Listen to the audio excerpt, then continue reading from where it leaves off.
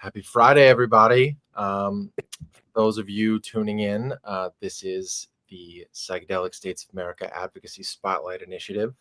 My name is Jack Gorsline, founder of PSA, joined today by three really remarkable advocates involved in and leading the Natural Medicine Alaska movement, which has just entered a new phase of their statewide ballot initiative to both legalize and decriminalize use of certain psychedelics. Without further ado, we'll jump right into it. We have, a lot to discuss, obviously, and we'll start with some introductions. Josiah, can you do us the honor of leading us off and telling us a little bit about yourself and how you came to be involved with Natural Medicine Alaska?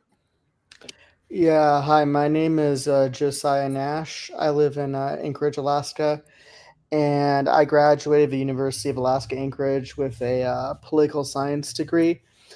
I worked in the legislature for 2 sessions, and I worked on 2 statewide campaigns, including a ballot initiative campaign. And I've had some personal positive experiences with psychedelic medicines. So I heard this effort was going on, starting to form, and I reached out to Gina Randall, the president of our group, and she brought me on as political coordinator. And I kind of just oversee some of the process-based things and coalition building when it comes to just general political organizations in the state. And yeah, that's what I do. And it's been great to be part of this because this really has been a historic movement. Yeah, thank you so much, Josiah. Glad to have you here today. David, can you speak to us a little bit about your background and what led to your involvement with Natural Medicine Alaska, please? Yeah, thank you so much for having me, Jack. David Karabelnikov. I'm Aleut Athabaskan and a member of the Connect tribe. I am currently reside in Palmer, Alaska, which is a Connect tribal territory, and super excited to be involved with Natural Medicine Alaska. I've been always interested in changing the laws in Alaska and never really wanted to be a politician. But when I met with Gina at the time, she was running the Alaska Entheogenics Awareness Council, and they were looking at doing city level decrim. And I was super excited about that prospect. I'd been in Oakland when they had celebrated their city level decrim. But then a group of us got together and decided to do some statewide polling. And when that polling came back with 65% support for decrim with the mental health push question, it really got us excited about the prospect that Alaska as a whole was ready for moving on policy. And the rest has been working with amazing folks like Matt to help make that a reality. Amazing. Yeah, we'll definitely dig into the polling and really the historic nature of the indigenous-led, coalition that you guys are building and have built. But coming to us south of the equator, the one and only Matt Brockmeyer. Maybe not south of the equator. Did I get that? No. I'm in Colombia right now, which is just north of the equator. It does share a border with Ecuador. As far as my background though, I was born around midnight in Cincinnati, Ohio on a snowy November day. I worked in the healthcare space, political science and economics undergrad, moved to DC after law school where I focused on healthcare in school. And I was, planning on fixing fixing our healthcare system. Single-handedly. So when that didn't work, I moved to Colorado, got involved in the cannabis space when Colorado legalized adult use cannabis. And then fast forward a couple years, I can't take credit for the drafting of the Natural Medicine Health Act, but some of the folks that I worked with in cannabis drafted a law to, as some of the folks on this call on the live stream may know, a bill to create a regulated model for psilocybin and legalize some natural medicines for personal use. So supported the campaign until the law passed, and then got to work on the Natural Medicine Advisory Board as a member of the Public Health and Health Equity Subcommittee, doing some of the rulemaking. And so, had a front row seat to this historic drug policy reform effort at the state level in Colorado, which of course built on what Oregon did. And then I happened to meet Gina at a conference, was introduced to her by our mutual friend, Bia Labacha from the Chacruna Institute. And when these folks decided that they were going to pursue a ballot initiative, they asked if I wanted to be involved. And I said, yes, this is a dream come true as a political science guy, healthcare lawyer, and drug policy reform advocate. I mean, this is it really is a dream come true to be a part of this effort and to see it moving forward now with the lieutenant governor accepting the draft for signatures. It's just, it's incredible to see what a small committed group of advocates can do when they put their heads together and stop listening to the naysayers. Yeah. Wise words as always, and some really good teasers for what we're going to dig into. Obviously, as folks may know, I am a bit of a policy nerd, so comparing and contrasting some of the differences and uniquities of this movement and of this ballot initiative that you guys are working on, I think is going to be a key thread to where we go from here. That said, David, can you speak to a little bit of both the influence that you and Gina and the Entheogen Awareness Council up in Alaska have had on the shaping of this movement? And when did we talked a little bit about when you first met Matt. When did the indigenous leadership really sign on with moving forward, and what was that origin story like? Tell us a little bit about that. Yeah, well, Gina has been involved in this kind of work for 10 or 15 years at this point, and I met her about 3 years ago during the first open mic that the Alaska Entheogenic Awareness Council put up. There was about 30 of us that attended that meeting. We'd had a big, circle where everyone got to go around and introduce themselves and talk about, why they're interested in entheogens and learn about that. And it was just the first time that I'd been watching the Psychedelic Society Facebook group, and there was just no activity for a year in that group. And then finally Gina popped up like a beautiful mushroom rising out of the forest and said, lit a little fire for people to come gather around. And so she's really been that torch carrier for this movement, looking at I think the question was what form do we take the policy in was the real question. So, Decrim Nature has been a very successful nationwide movement. They have, lots of educational materials that they help train trainers with. We worked along that method for quite some time, for probably about a year. And then we did, a small group of us got together and we all pitched in money to do a statewide survey with Alaska Survey Research.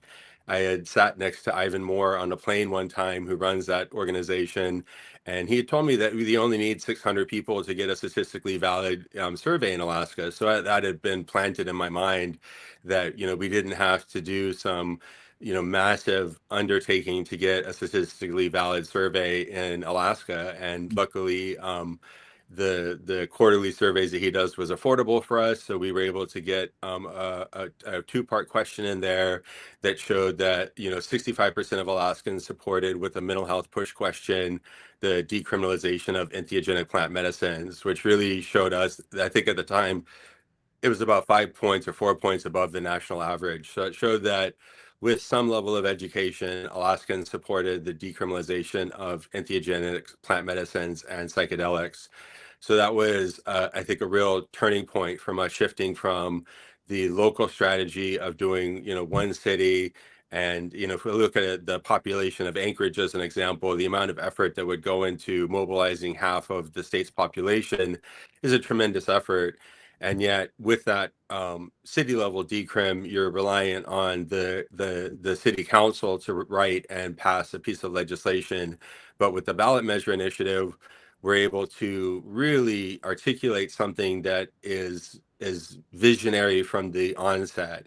And I think that was really the other point, that Gina's pursuing her master's degree in political philosophy, and we were able to pull together what Colorado had done with their decrim and regulated medical access model, and then also add in a traditional use component that would bring traditional practitioners to Alaska, have them sit on a council that is that's overseeing traditional use practitioners, and really integrate indigenous ceremonial practices into a Western legal framework that our attorneys were able to really, I think, articulate quite well, that Native ceremonial practitioners have an equal lineage to these plant medicines, that they're stewards of these medicines, and that they deserve to have a seat at the table when it comes to the regulatory processes, when it comes to natural medicine. So I think that's really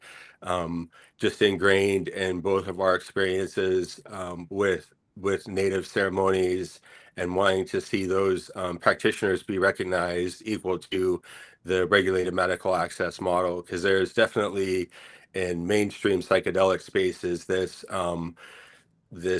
draw to exclusive medicalization, and that's really a huge disenfranchisement to indigenous practitioners.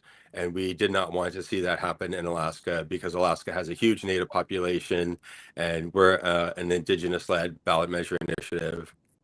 Yeah, I think an interesting thread to tug on that we're seeing play out in real time elsewhere as New Mexico is working to implement their Medical Psilocybin Act is that there's been, at least from what I've seen, in a concerted effort to try to integrate, indigenous practitioners and facilitators into that, regulatory framework, which, I hope is something that obviously you guys will continue to, build on and see through. You left off at a point that was great to pivot to Matt as one of the men behind, the crafting of the policy itself.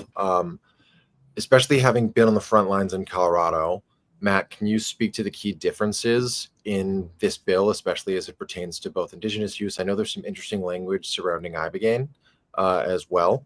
And then also, I guess we'll come back to the third portion. We'll start there. How does this differ from Colorado? What are some of the evolutions, if you will? And speak to specifically that indigenous, specific language and the differences in how ibogaine is referred to in particular. Mm-hmm. And a lot of credit goes to Jason Brandeis too, who was the Alaska attorney who also worked on the cannabis legalization effort there and really understood the process of submitting a ballot initiative. It's different in every state. So yeah, I mean, the team was intimately familiar with the Colorado bill, and we viewed this as an iterative process with beginning in Oregon, which didn't have any personal use component, and then Colorado, of course, added the psilocybin, psilocin, DMT, mescaline, not from peyote, and iboga under the law that voters passed in November of 2022. There were some changes made by the legislature that affected the legality of sharing iboga in Colorado. So that's maybe a bit of a nuance, but I just want to point that out because it's not currently illegal to share iboga in Colorado. But yeah, so then we took a step back and we looked at how we could expand on on basically the Colorado model, as we referred to it, by including increasing accessibility, increasing the number of medicines that were involved, but also understand that this is a political effort. There's a process of getting it approved. The government's going to have to be involved in implementation and enforcement. And so they have to be a partner in this. And we didn't want to do anything that would really upset them. And so had to, take their priorities into consideration too. Obviously, I think, I don't want to speak for the team, but I think most of us agree that the war on drugs is a failed policy in general. And we'd like to see, people be able to make decisions about what they put in their own bodies. But we're also at this inflection point, or in this period of kind of transitioning from prohibition into a more enlightened view of medicine and all these substances. And so yeah, we just looked at what was within the in political science it's called the Overton window. It's kind of like what's possible at any given moment. So we looked at okay, well, what's realistic, what's possible, what's safe right now, what is what's our understanding of the public's readiness and understanding of these substances, and how can we move the needle in a safe and intentional way. So decided that there's a huge amount of potential with ibogaine, which is the extract of the Tabernatia iboga plant, and wanted to include that in a meaningful way, but also recognize that there are some real health risks associated with that medicine, including like cardiac arrhythmia. So kind of like created its own like framework for iboga. Also, there's some provisions in there that would allow for the semi-synthesis of natural MDMA. Is that right, guys? I can't remember if we. And so, understanding that like there are people, chemists and drug developers looking at new molecules, and this is obviously the natural medicine bill, but we're looking at like, what's coming down the pipeline, and how can we craft a bill that would accommodate developments in the future that would also help people, heal and expand consciousness. So, but following on Colorado, we have a traditional use council that's going to oversee the traditional use of these medicines. There's a regulated psilocybin program, licenses that authorize facilities and facilitators to provide therapeutic services, and protections for certified traditional practitioners and their clients that prevent them from, being prosecuted for using otherwise legal natural medicines at the state level.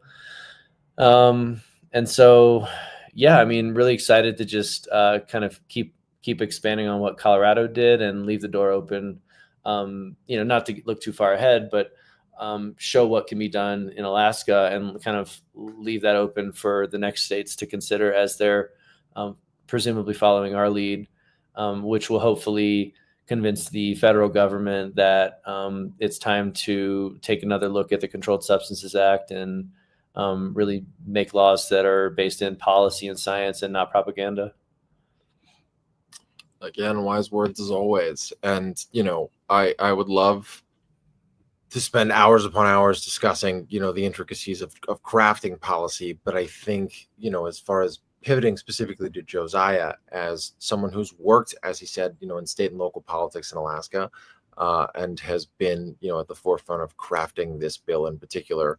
Josiah, can you lay out a little bit more about, some of the ibogaine framework and why that language is really crucial to, building a coalition in Alaska to get behind it, as well as what Matt mentioned about some of the semi-synthesis of natural MDMA.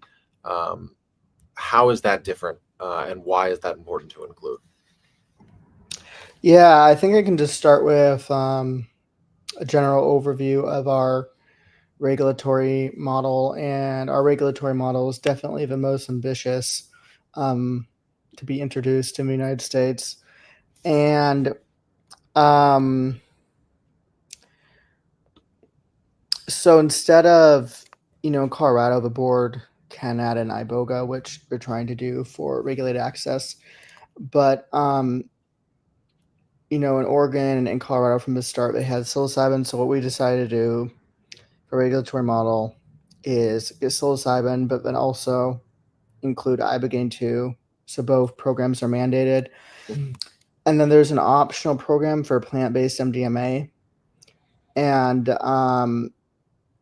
in the news, it looks like very well that MDMA could be approved by the FDA in the next year. And so whether it's a plant-based MDMA in our initiative or it's federal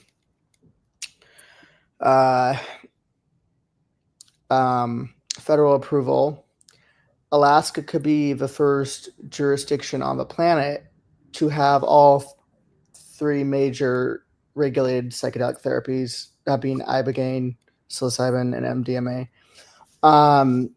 And so both for ibogaine and for MDMA, plant-based MDMA, we allowed for the semi-synthesis of these compounds. If you know about the iboga plant, it takes about 10 years to grow. There's some sustainability issues. There's also issues of how, it doesn't grow in the US. So how do you get it in? It's not legal, but there are more legal ways to get this medicine if you synthesize it from legal precursors. And again, that promotes sustainability. So, and MDMA, even if it's derived from plants, it has to be synthesized. So there's that addition. And then we also added into our initiative the option for the board to have regulated access facilities or healing centers basically dispense microdoses of natural medicines. And most likely, you're going to have to be seen by someone first. But if you didn't want to, under the decrim model, if you didn't want to grow your own, there's still a way to get microdoses. The main reason why we included this is specifically for ibogaine, because there's some new research showing that ibogaine microdoses can treat a lot of things, like non-psychoactive doses. But we didn't include iboga or ibogaine under the personal use, unlike Colorado. So the only way you could legally get an ibogaine microdose is through this microdosing policy. I think that generally kind of summarizes our regulatory model. So in your experience, just, we talked a little bit about before, you have, pretty well documented history. I know, Noria, who's also a part of the coalition, shout out Noria, would love to interview you as well soon. You've both worked in this climate. It's, Alaska isn't your typical conservative state. I hail originally from Virginia. It's a very different kind of conservative, especially as we enter kind of what I've heard dubbed the barstool conservative era, kind of more libertarian oriented in particular. Can you speak to what conservative support across the Alaska state legislature has looked like for psychedelic policy reform? And also, why conservative support merging with an indigenous-led movement is particularly important for this movement and for your coalition? The Alaska state legislature is weird. We're very libertarian in Alaska politically. We're very independent. You will see bipartisan coalitions form in the state legislature here in Alaska. I don't think you see that anywhere else in the country. You normally see that in parliamentary systems. It's just because we have this very independent voter base. And there was a psychedelic task force bill passed about a year ago, and that didn't really do much. At the time, people were expecting MDMA was going to be approved. That bill was voted on.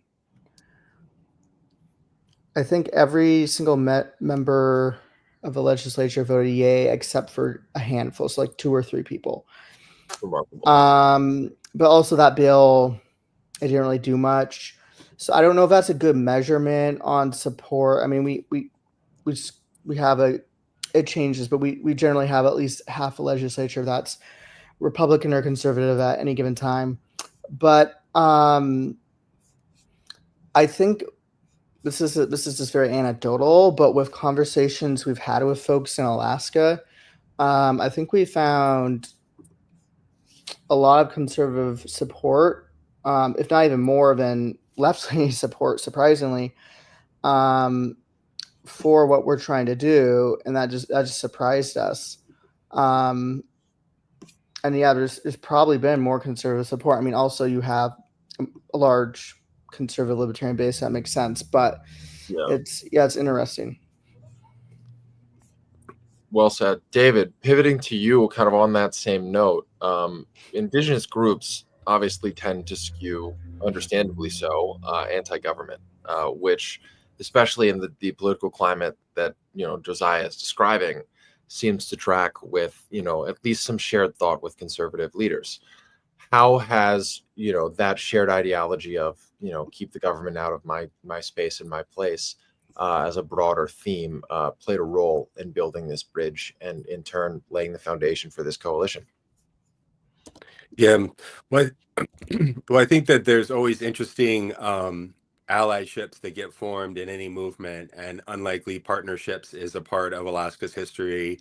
You have an active rural caucus that tries to support rural issues in Alaska, and in our in our initial polling, the largest jump that we saw was from rural Alaska Native voters in our polling data. So I think that with a little bit of information, we see a significant increase in Alaska Native support for the ballot measure initiative, especially when it comes to showing that these medicines can help treat, alcoholism, substance abuse issues at a very successful rate. And the Alaska Native community is suffering from a suicide epidemic, and the conventional medical treatment models aren't really having the best health outcomes. And in Alaska, it costs over $300,000 a year to treat someone with addiction therapy for opioid treatment. And we're hoping that on the fiscal conservative note, that natural medicines would provide a much more cost-effective treatment methodology than the current $300,000 price burden of addiction services. So by doing something that's helping individual community members, which Alaska Natives tend to be very communal orientated and wanting to help our people as a whole, and even we care about the plight of our fellows, which might be considered to be a liberal idea, or dare I say a socialist idea. But with the with our proposing alternative treatment methodologies to addictions that cost a lot of money, that are very expensive to the state, I think we're able to build that coalition of unlikely allies, where it's like, oh, if that saves me money and it helps people, there's no downside to it.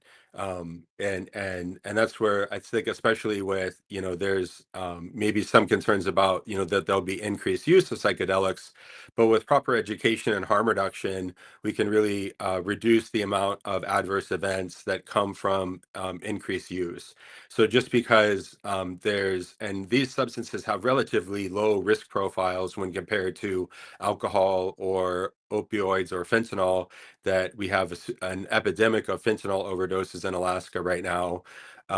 We were able to provide an alternative treatment methodology that treats the addiction at its root, and then has a benefit of being a fiscally responsible way of doing that. So I think that kind of this unique blending of both trying to take care of our people and it being a more cost-effective solution brings together folks who would maybe not ordinarily mix on their agendas. But I think that there's a real benefit to us building a broad base of coalitions here in Alaska, as well as with folks across the country that are interested in seeing this reform happen. But I don't think that many people would have predicted, like Texas as an example, to do $50 million in ibogaine research, and yet that was announced right at Psychedelic Science. So you have, I've never seen this as a red or blue issue. I've always seen this as an improvement in, public health policy. As Matt mentioned, a reform to the federal war on drugs that these natural substances were caught up in. And hopefully, Alaska will be the North Star of the psychedelic policy reform movement to addressing the reclassification of these substances to a much more appropriate classification as to what they are, how they can be used safely, and that people aren't persecuted for trying to seek healing, and especially that our veterans don't have to leave the country in order to receive this healing. Right now, if a veteran wants to go to Mexico to receive ibogaine treatment, they're spending about $10,000 a week for that treatment. It would be far more advantageous for them to come to Alaska to receive that same quality of care, if not better, and be able to maintain, be domestic in their travel, and see Alaska become a healing destination, both for treating our own local challenges as well as those across the country. Yeah, so many threads to tug on. I know I've heard talk of a national coalition of sorts that may or may not be in the works. Obviously excited, to hear more and to learn more and to cover more on that in potentially the near future. For those who might not know, David has penned a really phenomenal editorial that I think is absolutely worth highlighting. Noting that Alaska could be the North Star for psychedelic policy reform. One of the interesting threads in Josiah, we've talked about this as, far back as we first connected, is that there's a state Supreme Court case, that sets some precedent in Alaska, that is a huge part of why home grow was something you guys ended up including. Home grow's been, a topic of contention even in the cannabis space. And obviously is something that some states have been for, and that Colorado passed, a measure that includes home grow, whereas, Massachusetts did not. And that seemed to be the root of what residents in my state of Massachusetts were most hung up on. So home grows of certain psychedelics inclusion keeps that torch going. But you guys feel pretty confident about its inclusion. Talk a little bit about the state Supreme Court precedent that was once set and how that influenced the drafting of this particular framework. Yeah, so back in the 70s, there was a gentleman who liked to smoke marijuana who was an attorney, and he wanted to see if through a constitutional challenge he could get marijuana decriminalization pushed through. Last name was Raven. It's known as the Raven case. And so I think shortly before that, we approved a privacy clause to our Constitution via voter initiative. And so he made the argument basically to the Supreme Court that it's inherent in the right to privacy that you can grow and use marijuana in your own home under whatever the amount to distribute is, just for personal use. And he won. And there were some weird things that happened, like back and forth with the legislature to try to override that before our 2014 initiative. Lots of policy changes, but that was like really foundational. And I believe before our 2014 initiative, like you would just get a ticket if you had marijuana. Anyways, so Alaska was the first state, I believe, to allow home grow for any plant medicine. And we were the second state to decriminalize marijuana in any capacity. And they actually tried the same legal argument in Hawaii. And because they had a very similar worded privacy clause for Constitution. And even though that was the case, the Hawaii Supreme Court rejected this argument, which I think just goes to show that, Alaska is a very libertarian, privacy-focused state. And that privacy clause was interpreted by the Supreme Court. When you interpret a constitutional clause that is approved via voter initiative, the legislative history, this goes into constitutional interpretation, so this might be over some people's heads, but the legislative history often is how did the public respond to this initiative at the time? So you look at editorials, etc. And so because of that, we have probably one of the strongest rights to privacy in the nation. And so when you talk about home grow and this initiative, I think we already have that foundation. Clearly, we were the first state to really include any sort of home grow for plant medicine. And our polling was, I believe, 68% for most recent poll for home grow. Amazing. For decriminalization, actually, we've run 3 separate polls. The last one being the most scientific, and for just decriminalization home grow, we've gone around 65% consistently in all the polls. Other numbers have not been consistent, but that one has been very consistent. Again, the last poll was the most accurate, so we're going off of that. But yeah, so I think, I don't know the details of necessarily all that happened in Massachusetts, but I've heard that there wasn't that polling or that support for home grow, and we have, like I said, the polling to support it here. So as we've been trying to get support for our initiative nationally, some folks have said, well, look at Massachusetts, but every state's individual in the United States. Every state has its own culture, and Alaska is very unique. So you can't get Massachusetts or California or some other state and use that as a basis to say whether a policy is going to be successful or not. And like I mentioned, our polling is very strong in this area. Yeah, I can't quite comment yet on some of the internal polling numbers that I've come across in my reporting of the Question 4 campaign. Folks will certainly read more about that in the near future, but they don't even come close. And Matt, I know that you having been on the front lines of Colorado, saw, and I've spoken to folks who were there on election night and went to bed thinking that Prop 122 was going to fail, and woke up kind of astonished that it had pulled through overnight. Home grow being one of the things folks were either confused about or voted specifically against. How do these numbers that you've seen in Alaska compare? And does that bolster your confidence? And did that play into your willingness to contribute to this effort? There's a little bit of inside baseball, but in Colorado there was a competing bill to just decrim.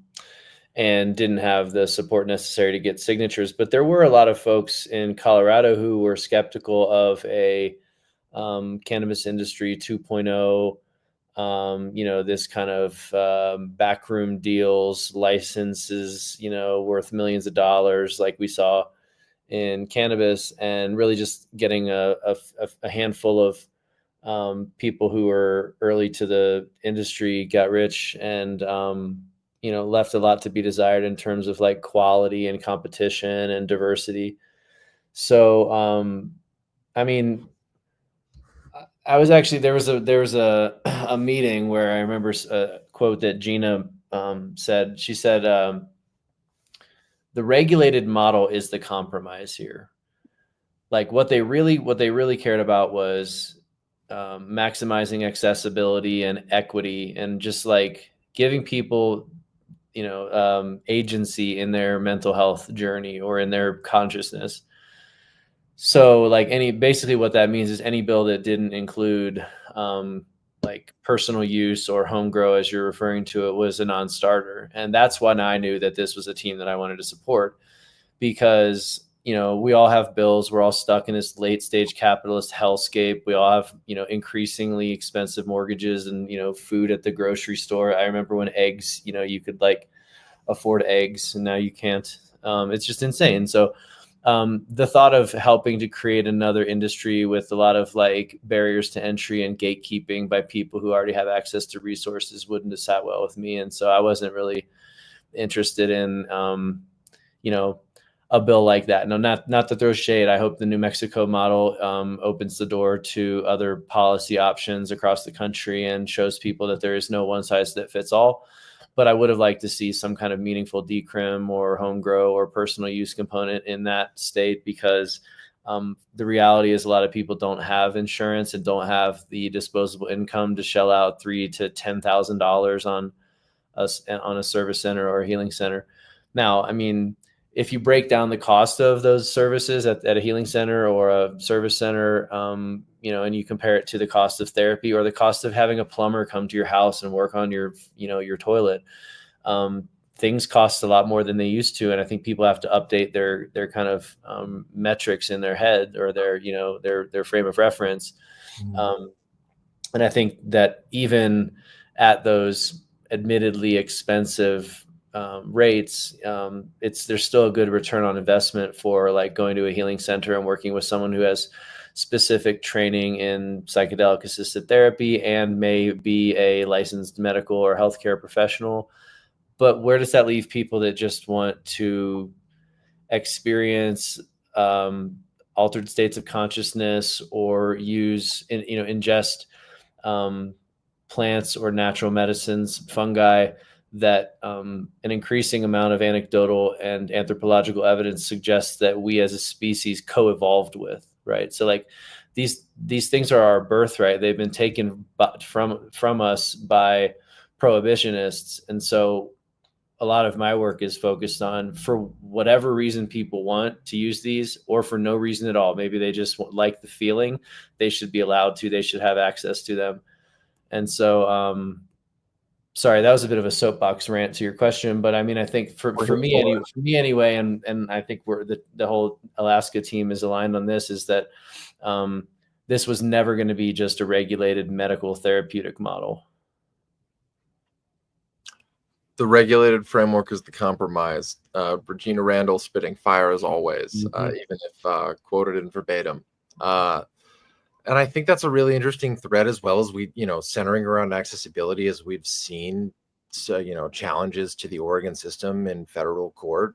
Catherine Tucker, who has also led the rescheduling, psilocybin rescheduling effort at the federal level, which has had a major breakthrough, has really fought for a long time on behalf of dying and homebound patients to have access to some of these kind of next gen therapies, and home grow being a component of a bill in a state like Alaska, where one, the frozen tundra can be hard to traverse at different times of year, and two, you have this libertarian, streak both on the indigenous and the traditional political conservative side, that don't even want to be on a list of folks who've gone to the service center, giving them accessibility on a number of different fronts in Alaska's particular climate seems, really, obviously non-negotiable, as you have all stated, but again, a really fascinating blueprint to see how it plays elsewhere.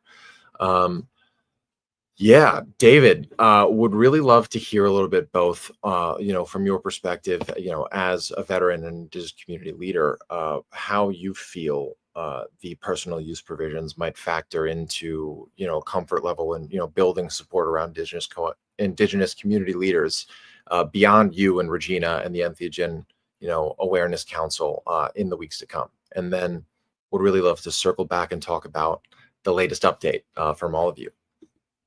Yeah. Well, I think the Traditional Youth Council is really going to be a powerful tool in generating intertribal ceremonial processes here in Alaska, which I think is going to be something amazing and beautiful. And I think that so that's like, we're super excited that we were able to include the Traditional Youth Council as a framework for including Indigenous practitioners into a Western legal framework. And then, of course, I think that the bottom up approach of personal decrim will also serve to keep choices available for individuals that don't have the resources to go to a regulated medical access facility, to make it be accessible, and by that give grow gift model, that people are able to access plant medicines at a very low cost, able to share those amongst community members.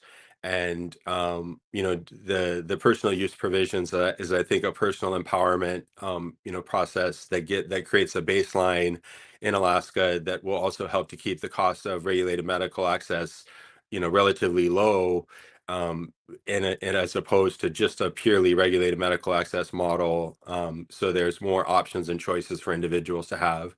And of course, if someone wants to be with, we wanted to give people choice with the different modalities that people could experience these medicines in, and especially having the Traditional Youth Council, that the people can experience, authentic ceremonial practitioners that have lineages connected to these medicines that go back generations, and that they're able to do that in a safe and structured fashion with other practitioners that are acknowledging they're recognizing them as being bona fide ceremonial practitioners, and being able to bring that experience to Alaska so that they can be compensated for their time and energy and knowledge. And that, to me, is just going to be a really amazing opportunity to have ceremonies from all over the world potentially be in Alaska, and offer that healing both to the Native community as well as to the community at large. Because I think a big part of this is that colonization has wounded people on both sides of the coin, and that legacy and that history of colonization, that in order for it to heal, I feel that there needs to be pockets where it's all indigenous practitioners that are healing together, but there's also times and spaces and appropriateness to have a mix between that, and that native and non-native people can come together and try to address some of these intergenerational wounds that afflict both of the communities, and try to be a bridge for a broader healing. So I really hope that, these by having these spaces, it'll help repair some of the losses that Alaska has suffered, like Amanita muscaria, our traditional medicine here in Alaska that was used throughout the Arctic. Those practitioners, those shamans that practice that medicine, were persecuted to the point that that medicine is no longer utilized in traditional ceremonial practices here in Alaska. However, there is ceremonial practices still being done in Siberia. So while it's not scheduled right now, that practice through religious persecution that Alaska Natives suffered and endured, and has the lasting wounds of that loss of connection to those medicines. I hope that the Alaska Natural Medicine Act will be a healing remedy to that, and that by bringing in indigenous practitioners from around the world that still hold on to those lineages, that we can help to heal some of those ancestral wounds up here. Can I jump in there real quick and add on to what David just said? Absolutely, jump right in. The traditional use council, the creation of a separate council, independent of the like the advisory board, was a response to what we're seeing in Colorado. And so, like in Colorado, there's a pathway for legacy healers to become licensed under the regulated model. And basically what they do was, I see this. What they do is like they get credit for work that they've already done, and they don't have to go back in the classroom. And it's a streamlined pathway for licensure, but it still takes place under the regulated model. And what we learned from some of the folks in the indigenous community in the Front Range, well, in Colorado, but I mostly interacted with folks on the Front Range because that's where I live. But I think this echoes the sentiment across the board, which is like the legacy of colonization doesn't sit well with them. And they're asking effectively like descendants of the colonizers for permission to use their ancestral medicine on land that was like stolen from them. Right. So that doesn't really add up. So there was an acknowledgement in Colorado that of the legacy of colonization, and an effort to craft a law that would try to correct that to the extent that a natural medicine law at the state level can even make a dent in what colonization did to our collective everything. And like David said, that goes to both like Native and Indigenous people, but also white folks who are disconnected from their lineage because of capitalism or, like wars or migration, like whatever. And so there's just a lot of healing that needs to be done, but it didn't seem like the right place to put that was under the regulated model. So we created a third kind of tier, or what's the word? Third column, whatever the word is. It's a Friday afternoon and my brain's tired. Where we felt like, to formalize this like intertribal relationship between Native Alaskans and folks from other parts of the country that didn't fit in underneath this like tidy Western medical therapeutic regulated model. So that's why I'm like so proud of this bill and so enthusiastic about it, is that you've got decrim personal use, you've got regulated access, and you've got like tribal, ceremonial, indigenous use that are all their own thing, all in one bill. And I think there's so much that's both inspiring about that and worth fleshing out a little bit in further conversation here as we start to wind down. But it's a policy that's drafted both in tandem with the community, but directly based on lessons learned in where progress has been achieved in some form so far. And the fact that that's also been influenced by lessons learned in the cannabis legalization process as well is something that just didn't happen and hasn't happened in certain psychedelic policy reform spaces yet, even though there's a breadth of knowledge to pull from from folks who are on those front lines. So the coalition that you all have built, drawing and directly evolving this policy from that, is so important. Another thread I just wanted to note: there's been concerns in Colorado from some of the legacy market folks that have, whether it's indigenous or otherwise, tried to enter that regulated framework, and the actual cost of certification and registration is pretty high, and more so even than licensure for standard medical professionals, surgeons, et cetera, jobs that are you have to be much more qualified to do, so to speak, based on 6 years of medical school. How might the rollout process of a successfully passed Natural Medicine Alaska ballot initiative take into consideration cost of certification? Obviously not in that indigenous framework that keeps things separate, but in consideration for those in the legacy market who might actually want to enter the regulatory, standard framework with registration and all. Matt or Josiah, any of you guys can chime in, but obviously, curious to get your thoughts on that. That's been a consideration, and if not, don't quote me on this, but I believe that's up to the board. Okay. Having that board being built in tandem with real indigenous input from day one certainly seems like an advantage. I know that in Colorado there's been some pushback from indigenous groups about the rollout of the psilocybin program, but David, again, to what you've spoken to repeatedly, indigenous leaders are on the ground floor with this one. They're hand in hand in lockstep in making sure this is equitable and accessible as possible. Josiah, I did want to ask you really quickly to talk a little bit about the political, advisory that you all have been provided by some pretty heavy hitters in, the political consultant sphere out of Washington. Can you talk a little bit about the importance of One Axiom Consulting signing on to this project and how they've helped you guys, level up your game? Yeah, Axiom Consulting or Axiom Strategies is the largest conservative political consulting firm in the country. So they have access to things such as networks of donors that you typically wouldn't get from a local state political consulting firm. Or psychedelics campaign, one might have.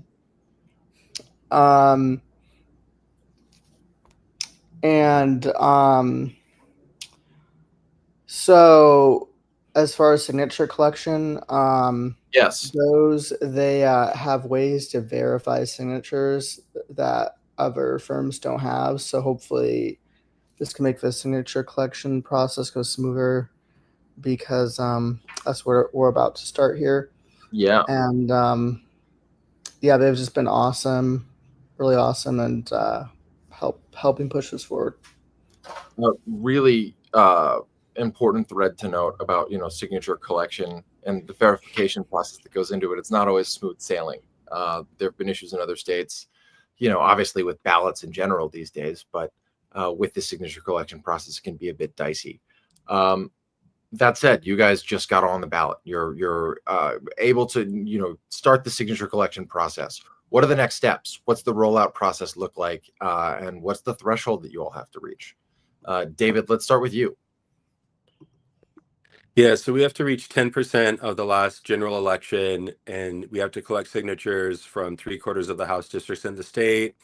And our hope is to do this, to get those signatures collected before the next legislative session so that we can get on the 2026 ballot. So it's really a compressed timeline, but we really feel like by working with our partners that they have the capacity to help execute on this in the time frame allowed.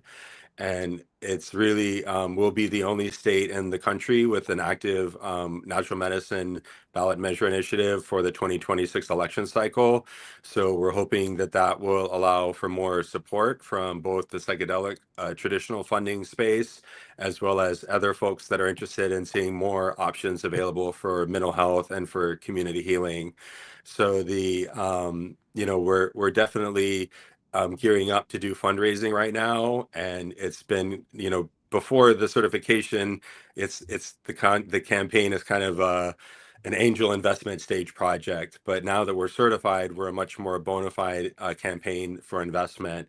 And so we're definitely seeking support. I mean, even small dollar donations. I've been posting on social media that we're looking for $49 donations from the individuals out there that can contribute, just to show that Alaska should be the next state, as the 49th state, to do this policy measure, as well as large dollar donations to support our efforts if you have the capacity to do that.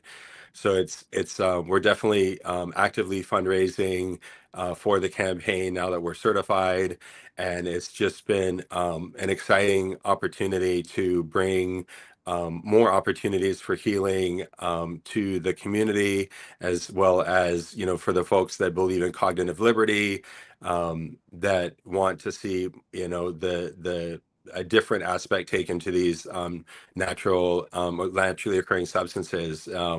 And we definitely appreciate all the support from the folks that have gotten us this far. We just had give a shout out to both Veronica and Kevin Matthews with the Colorado camp. They were instrumental in blazing the trail to get Colorado passed, and listening to them has been really encouraging. We couldn't have done it without their help, without our attorney's help, just in Brandeis. And, so many folks have been encouraging us to make it this far along the way. It's really been a community effort for a small grassroots initiative now to be certified. We're super excited. We've kind of broken through a lot of the barriers that stop campaigns and stop grassroots efforts, and have gotten to this point of being officially certified by the Lieutenant Governor's Office for signature collection, and have a really crack team to help lead that effort here in Alaska. Yeah, I think the timing of Arctic Visions last weekend, which I was unfortunately not able to attend, but those who aren't familiar, there was a phenomenal conference lineup in Anchorage last weekend, right around the time of the Presidential Peace Summit, if you can believe it. But by all accounts, Regina Randall put together truly an incredible conference lineup that brought together some visionaries and thought leaders across the space, which we certainly hope to be able to recap as we continue to, showcase what Alaska has cooking. We'll be sure to include, donation, fundraising details in the show notes, as well as, in content that we distribute, in the days to come. Josiah, I do want to ask you operationally, for those who aren't familiar, what does the signature collection process look like? Like, are you guys posted outside of Whole Foods? Are you knocking on doors in snow boots and ski masks?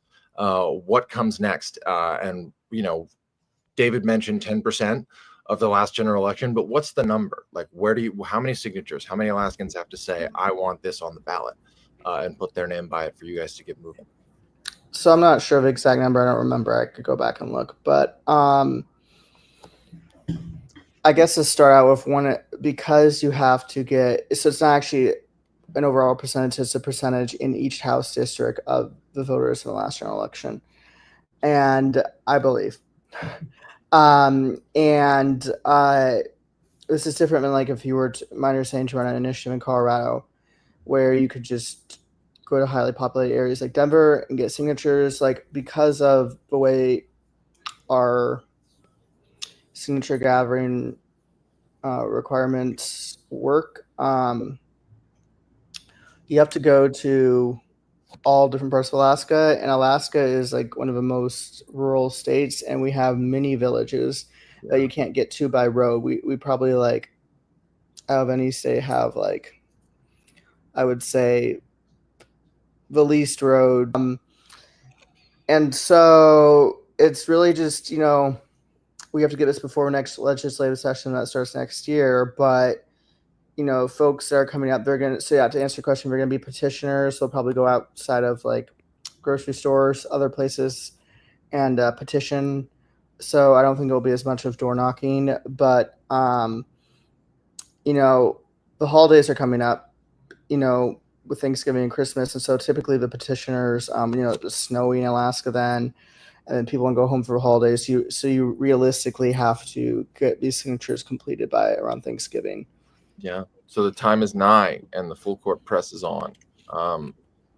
really going to be interested to see what that off-road, not accessible by car signature collection might look like. Are we talking snowshoes and ski poles, or are we talking snowmobiles and and ATVs? I think mostly just we will send the signatures collectors out there via bush plane. But because it's for each house district, so there's generally a populated area in every house district. And so I don't know all the mechanics, but for most rural villages in Alaska, you typically access them via bush plane. Wow. Okay. Just a note publicly to one of our news supporters, High Times Magazine. If you want to send me on a bush plane with the signature collectors, let's find a way to make that happen. That is must see in internet TV, if you will. Guys, we're running a little bit, tight on time, though there's no real time requirement. We could go for hours, but in service of the hour roughly limit that we have, I'd love to close with some final thoughts from each of you, both, about why folks who may not know a single thing about psychedelics should support this initiative and why it matters in the grand landscape, and also where they can learn more about what Natural Medicine Alaska is up to and what the vision behind this initiative really is. Josiah, we'll start with you and move around David and Matt to close. So if you want to support the initiative, right now at the current moment, I mean, we have some foundational funding, but because we're not NGO TV, some of the volunteering that you could do doesn't really apply right now. So the main way is just funding, fundraising, giving money. And so you can do that by going to naturalmedicinealaska.org. And as far as staying updated, probably our Facebook, I would say, which is just Natural Medicine Alaska, is probably the best way to stay updated on what's going on. We'll be sure to include all that information.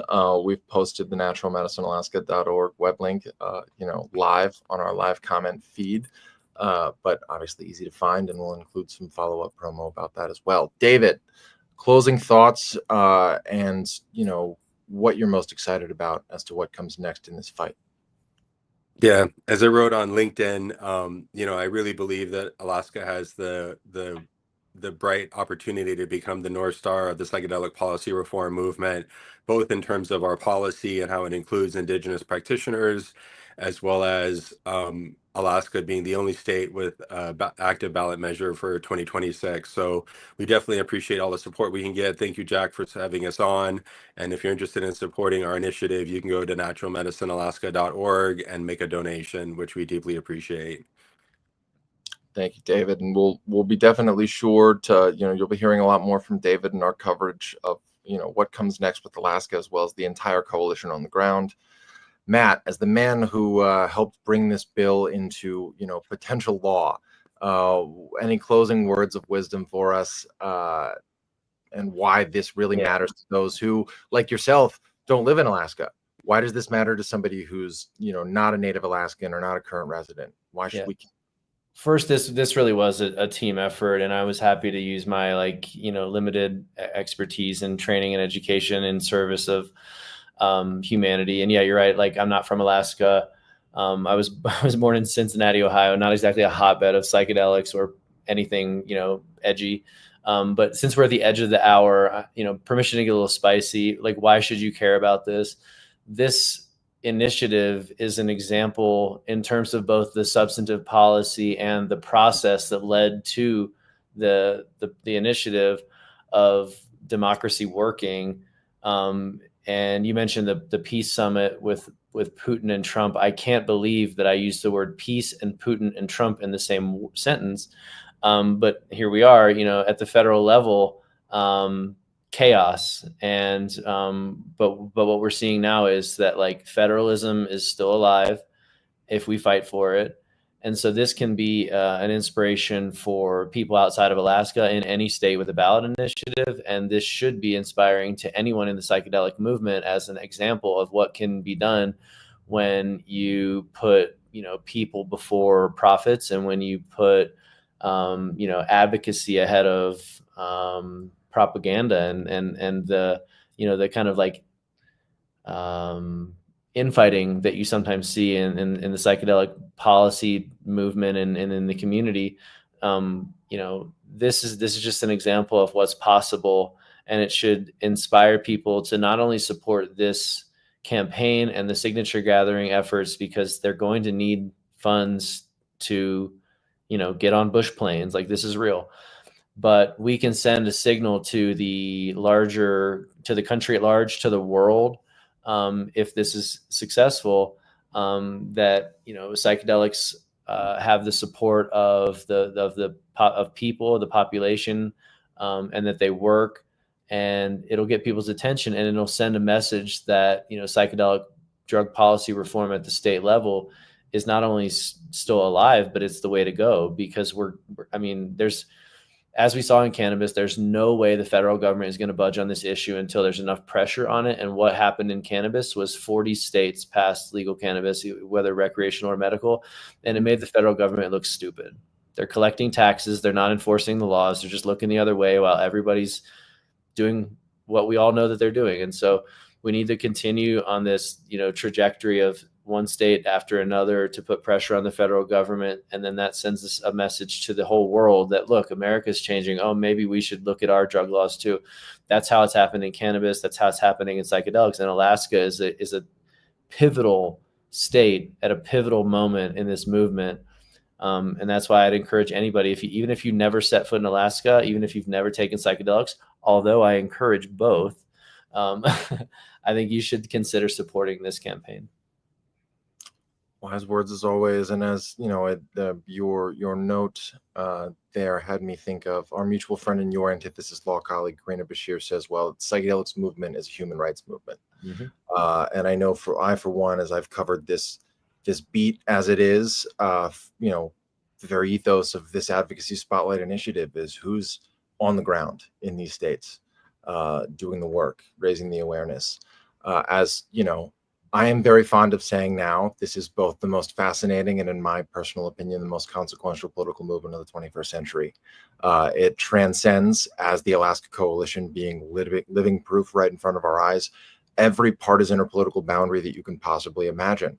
You've got MAGA moms in the same room as your farthest possible leftists. You've got, indigenous leaders working hand in hand with gun-toting Republicans, who are, completely on the other spectrum of, political considerations and beliefs on any number of different issues. But when we're in this room and we're talking about healing and we're talking about psychedelics, for whatever reason, nothing else matters. And there's plenty of progressive issues that bring folks from both baskets or from across the spectrum into the same room.